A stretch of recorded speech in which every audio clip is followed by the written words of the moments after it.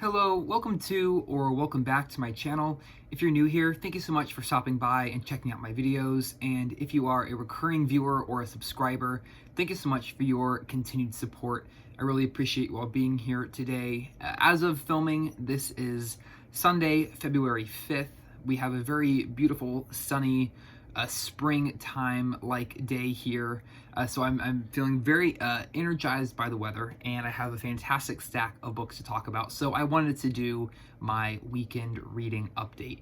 I have quite a few books to talk about. I had 2 books that I finished last week that I want to talk about, and then I'm currently reading 3, 2 of which I have sort of some updates on, and then I also have a little bit of a mini book haul that I want to do. So I think I will start with the book haul. It's just 3 books that I got delivered over the last couple of days from Thrift Books.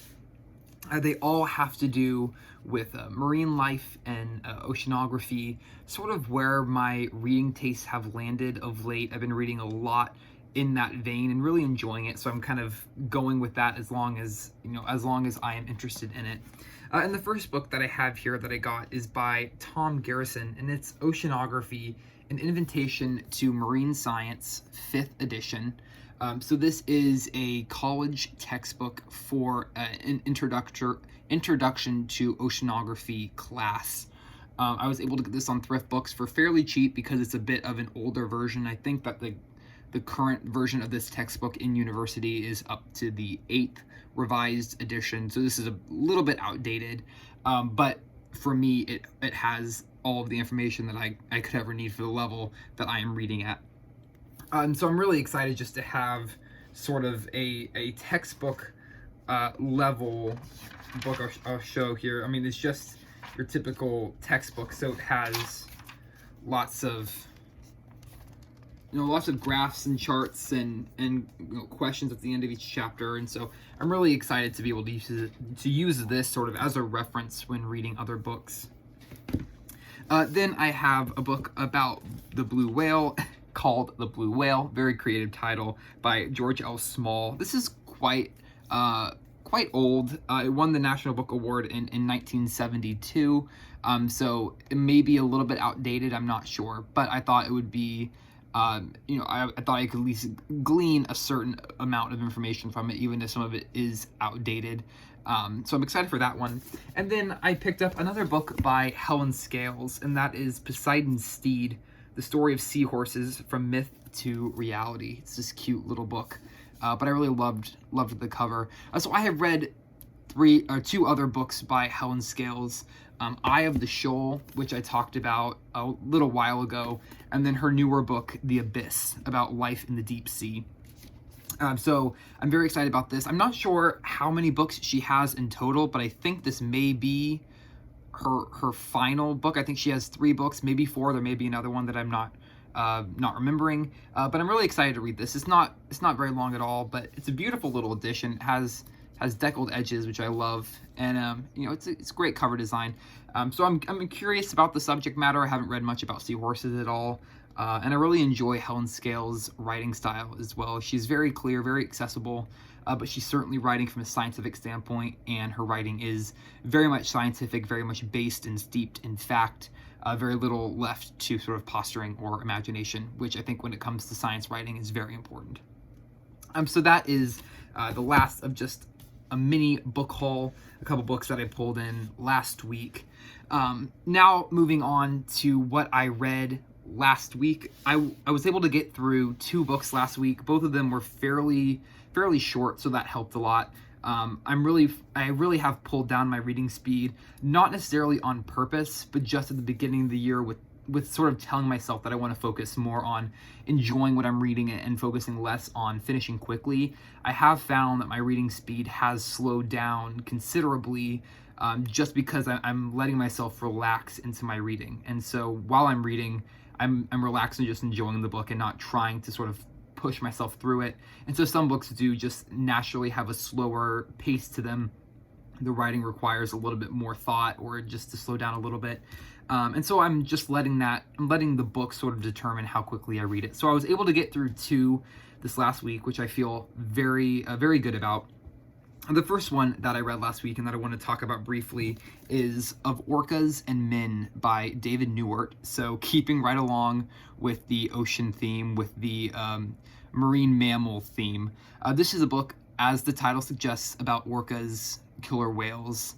And so I learned a lot from this book, and I thought it was a fantastic book. One of the big things that I learned is that an orca and a killer whale is sort of the same thing and is also different. So they are part of the same family. Killer whale refers to the mammal-eating version of the family, which is orcas that eat sharks or other whales or sea lions or seals or stray moose that get into the water. And orca refers to the fish-eating version of the species, which is eating king salmon and tuna and things like that. So they are similar, but the name sort of determines what they eat and how they structure their hunting and things like that. So David Neiwert is a scientist by occupation and by training, and so this is a blend of memoir, sort of, with science, but it's much more focused on the subject of orca and orcas' lives. We do get a little bit of David Neuwert's personal life, some stories of camping with his family at Puget Sound or things like that, going on sort of family trips focused around orca spotting for his work. But it's very much scientific, and he focuses a lot on sort of clearing up some of the misconceptions and the myths surrounding orcas and killer whales. Talks a lot about orcas' significant impact on native cultures through mythology and story, and how orcas sort of support a lot of the fishing institutions of native populations in places like the Pacific Northwest and in Canada and Alaska.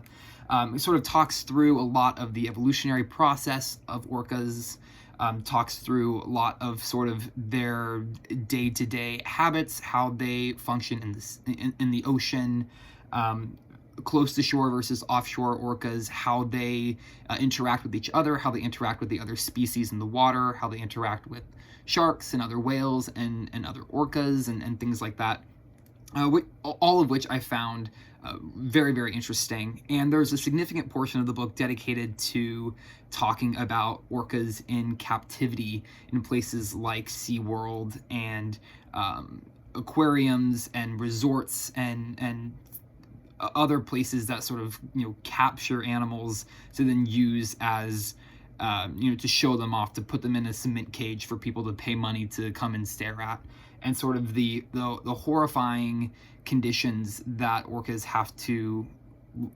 live under in captivity, and the horrible techniques and ways that are used in order to capture orcas from the wild and to keep them in captivity, and really just some awful stuff.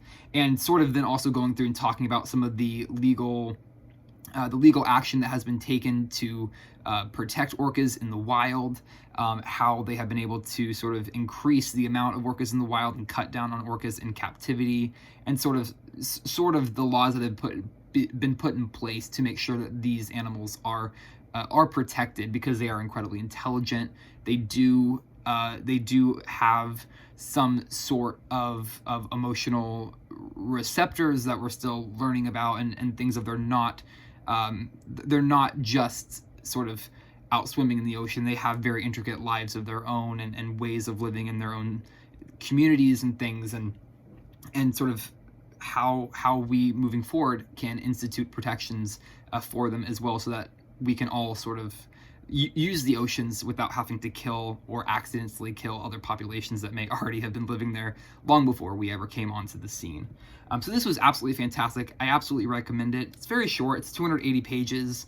Lots of great pictures and illustrations scattered throughout here as well. This is a library copy. I don't own my own copy. I'm most likely going to get one for my shelf because this was great. But this itself is a library copy.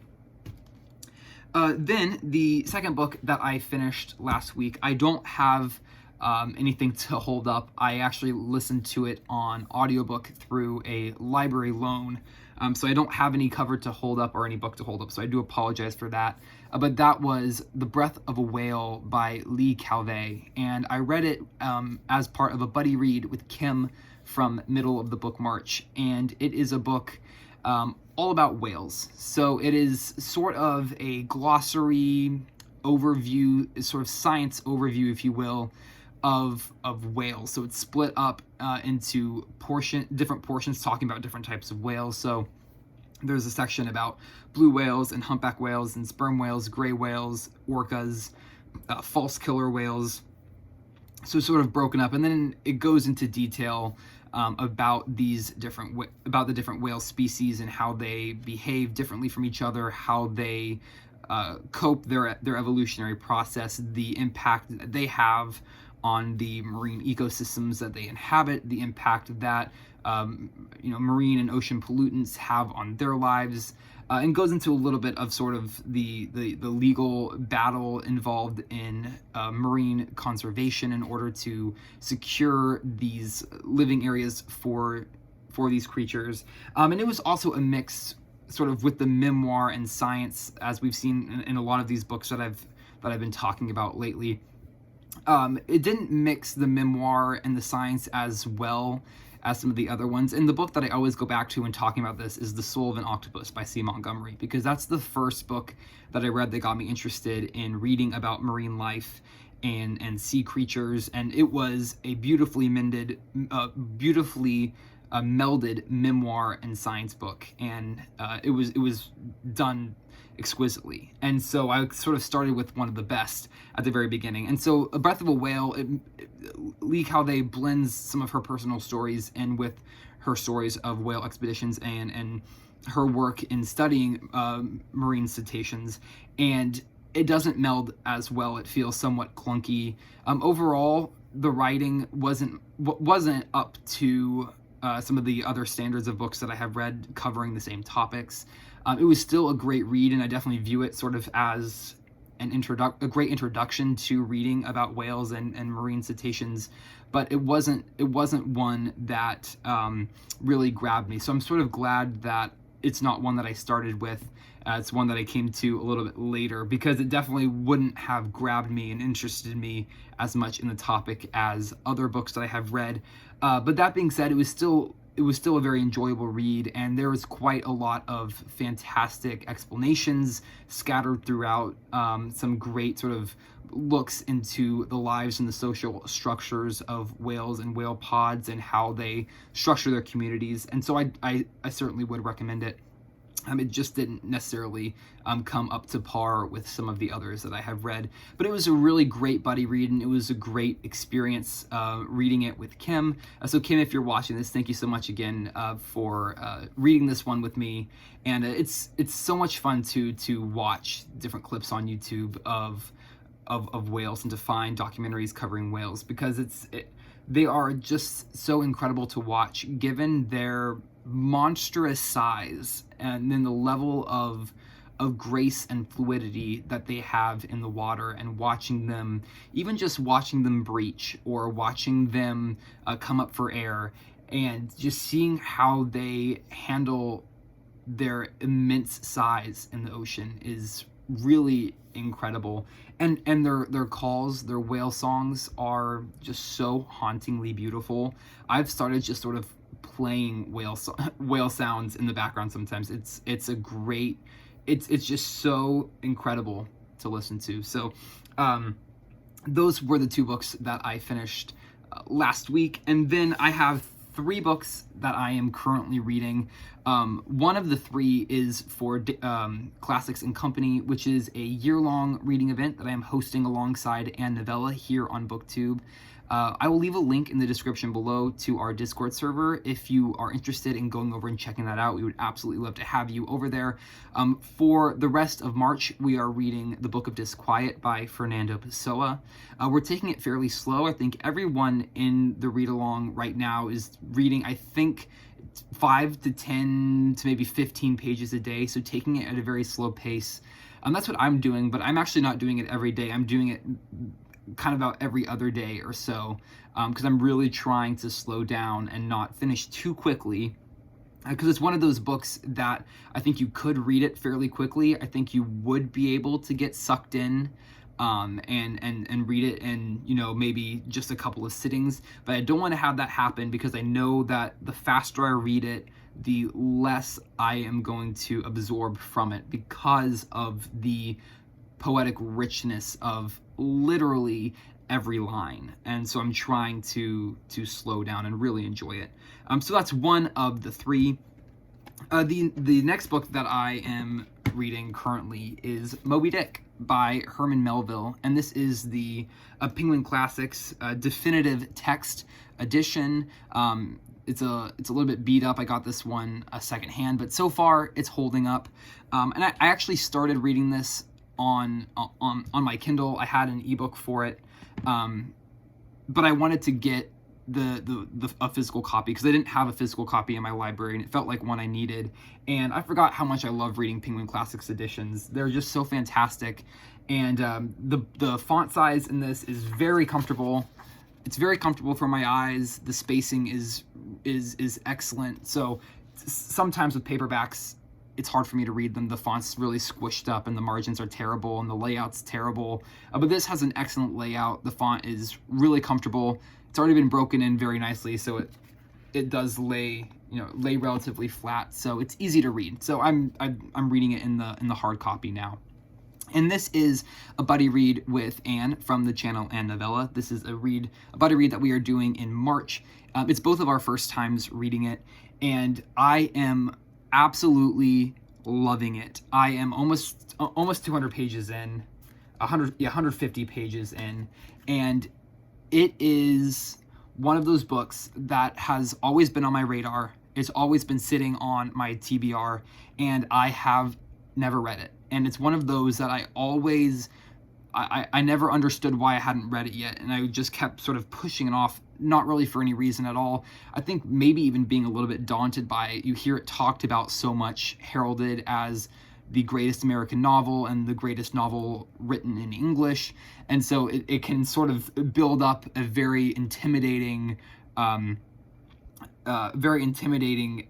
feel about it, but really it's not at all. And it's actually not as long as I thought it was either. And so it's been a fantastic reading experience. And so I'm not very far into the story necessarily. Where I am right now, Ishmael and Queequeg have just boarded they have just boarded their ship. We have just the Pequod, and we have just been introduced to Captain Ahab, who has had his first appearance.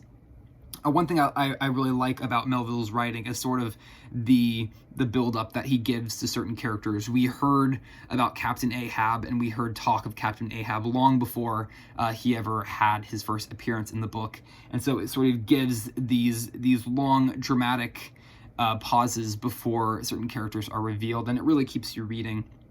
But for those of you who don't know, Moby Dick is a story of a man named Ishmael, who is sort of a regular man. He has done some work as a merchant on merchant vessels, but he's not necessarily a sailor, and he's sort of just tired with his normal life, and he wants to go and see the world and experience something new. And so he decides to enlist himself to be a part of the crew of a whaling ship. And so he's trying to make his way to Nantucket to board a whaling ship to then go out and go whaling. And the ship that he enlists on is called the Pequod, and the captain of the Pequod, Captain Ahab, is a man with one mission, and that is to go and hunt down the sperm whale that attacked his ship on a previous expedition and ate off his leg. And he wants to go and kill this whale. And so sort of that is the setup for Moby Dick. And so it's told through the eyes of Ishmael, and then it's also melded in with large swaths dedicated to talking about whaling and talking about the industry itself. When Melville wrote this, whaling was still an incredibly booming industry that quickly faded shortly after Moby Dick was published. And so he knew that going in, there were signs that this industry wouldn't be around forever. And so this book is loaded with all of the information that you need about whaling to be able to understand what's going on. Even if you yourself don't know anything about whaling, it's given here. And it's not given in a dry way at all. And it's not given in a way that seems to not fit with the story. It's all melded together really well. So I'm absolutely loving this. I'm wishing I had read it sooner so that this could be maybe a second or third read instead of my first read. But it's definitely one that's going to enter my rotation of rereading, because I think it's one that will become more and more important as your readings of it increase. And then the third and final book that I will talk about briefly that I am currently reading is James Clavell's Shogun. And I'm reading this on Kindle. This is a part of a buddy read that I am doing with Steve Donahue for our book club for the month of March. And this is for March of the Mammoths. This is a beast. So I have ordered the paperback version from Thrift Books. I ordered it a couple days ago, so I'm hoping to get that soon to have sort of the physical representation of this book. But it's 1,300 pages, so it's a beast. But I'm really, really enjoying it. And basically, it is the story of a British sailor who is a part of a Dutch fleet. They get stranded. Their ship gets stranded. They get rescued and brought to Japan, and this is in the 17th century. And so there is sort of this immediate sense of being a stranger in a strange world. Japan is very closed off from the rest of the world at this point still, so it's an unknown language, an unknown culture. They are unable to communicate. They are taken in as prisoners. And then it's sort of just their adventure, their experience in Japan at this time. And so I am on chapter 6, the first book. It's divided into 6 books. The first book has 9 chapters, so I'm almost done with the first book, but the chapters are quite long. So I'm reading maybe 2 or 3 chapters a day, just because they are the Kindle estimated time that they give you for each chapter has been around an hour for every chapter. So they're quite hefty, but I'm really enjoying this. I think what I'm going to do for discussions of this one, since it's so long, is at the end of every book, I will make a video talking about my thoughts of the events of that book. And then at the end of the month, Steve and I will do another Zoom discussion like we did for Essex Dogs. And I think that will help me to do the videos along the way to sort of cement my thoughts and make sure I'm processing everything correctly. Because I don't want to just sit down and read 1,300 pages and then at the end of the month try to remember everything that I was thinking and feeling while I was in the process of reading it. So I think that will help me sort of to cement my thoughts, making videos along the way. So that is the last of my weekend reading update. Thank you so much for watching. I hope you enjoyed. If you would like to leave any comments down below, please feel free to do so, and I will see you in the next video. Bye for now, and happy reading.